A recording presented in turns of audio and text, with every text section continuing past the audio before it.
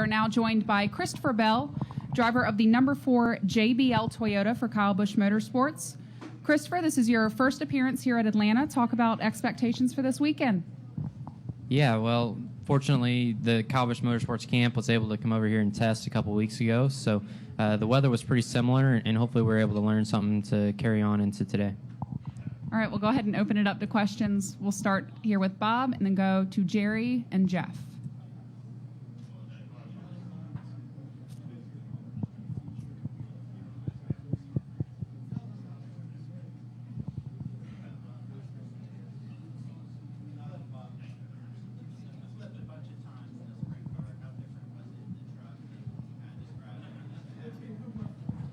Well, I mean, you're right. I have flipped a couple times in my open wheel days, but the biggest thing about the stock car is it might not hurt as bad because you got more material around you, but the G-forces were way more. Just because I think the biggest thing was you're sitting to the left compared to an open wheel car. You're in the center of the car, so everything's flipping around you. Where in the stock cars, you're off to the side of the truck. So whenever you start barrel rolling, you know it's trying to throw you out of the car. All right, we'll go to Jerry and then Jeff Glock. Jerry Jordan, Performance Racing Network, and Kick on the Tires. Did you have time to think about anything as you were flipping through the air? And if so, what was going through your head? Basically, you know, I was just trying to wonder when this thing was going to stop. And whenever you start flipping, you know, it just feels like it goes on forever. And I was in the tuck position, just gripping the wheel as tight as I could, just hoping it would stop. And whenever it would stop, then no one would hit me, and I'd be on all fours. And luckily, my spotter, you know, he called over to me that everyone's gone by, nobody's hit you, and yeah, just waiting for it to stop. All right, we'll go to Jeff. Jeff Gluck from USA Today. When it did stop, what was your first thought? I mean, did you have to like check yourself and be like, okay, wow, I'm still here? And also, you know, after that, what were the injuries like? I mean, the bruises and stuff like that. How did you feel that day, the day after, and stuff like that? So when I stopped, you got a lot of adrenaline, and so I felt really good. You know, as soon as I got done crashing, I was on the radio, man, like, I'm fine, like, let me out of this thing, and attempted to get the window net down, but it was stuck. But then after a couple minutes of fumbling with it, I was able to get it down and hopped out. But walking to the ambulance, I was pretty dizzy, and then by the time I got there, I was really dizzy. And as far as the injuries, you know, no injuries at all except bruising, and I mean, my face was a little bruised afterwards, but other than that, I was fine. A couple days later, I was fine, and woke up the next morning and felt 100% until I got out of bed, and then once I got out of bed, I realized I couldn't move quite as fast. But after a couple days, I was all gone, and I'm good to go. All right, we'll go to Kelly, Nate, and then to the far right. Kelly Crandall from PopularSpeed.com. Christopher, how you're here talking about this, you seem in good spirits. How quickly will you be able to put this out of your mind by the time you get back in the truck for practice and move on with this year?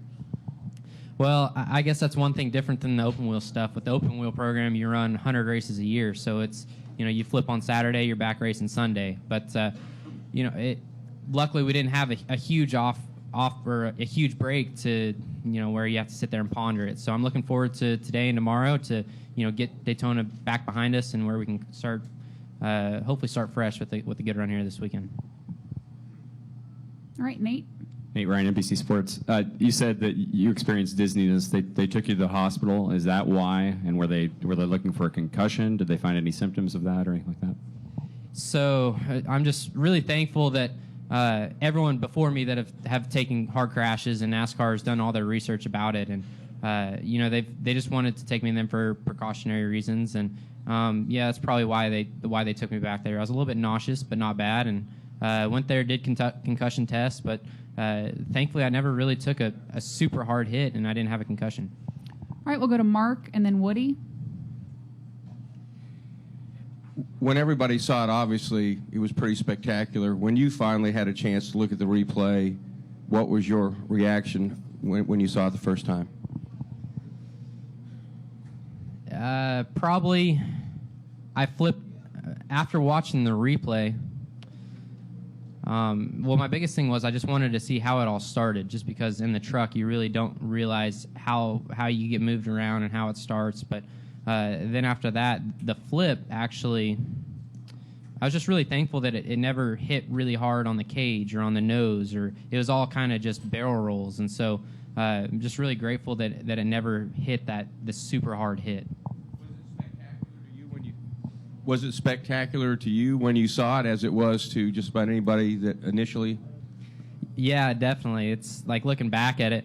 I watched Larson's crash, and I grew up racing with Larson, so he's my buddy. And then watching Austin Dillon at Daytona last year, you think that, it'll never happen to me. That'll never happen to me. And then next thing you know, it is happening to you. So watching it was definitely an eye-opener, because even after I went through the crash, it still didn't really sink in. But then whenever I got to watch myself flipping, it's like, wow, that did happen to me. So it puts everything in perspective for sure.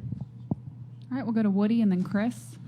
Woody came with MRN. You mentioned a moment ago not getting a lot of breaks in your previous life in racing, but you're about to have one. What are you going to do to stay busy between this and Martinsville?